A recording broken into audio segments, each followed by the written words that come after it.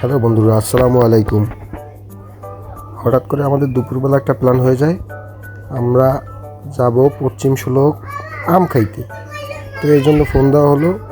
পশ্চিম শোলকের কৃতি সন্তান সুমন, লেবানন প্রবাসী এবং ব্যবসায়ী মিলন এবং ড্রাইভার এবং বিশিষ্ট ব্যবসায়ী রবিউলকে ফোন দেওয়া হলো।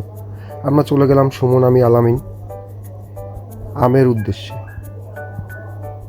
কিন্তু এলাকায় আমের ফলন এবার এতই খারাপ যে আম খুঁজে পেতে খুব কষ্ট হয়ে গেল। আর আমগুলো ছিল পোকরা অনেক, যা খাওয়ার অযোগ্য। তারপরও আমরা চেষ্টা করে ভালোইভাবেই আম তৈরি করলাম।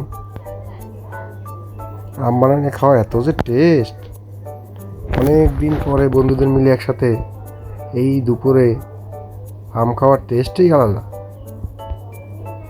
এত সুন্দর একটা টেস্টে আম বানানো হয়েছিল যে মনে হয় আরও দিলে আরও খেতে পারতাম। সবাইকে ধন্যবাদ। হয়তো বা কোনো সময় আবারও এরকম কোনো আয়োজন হবে।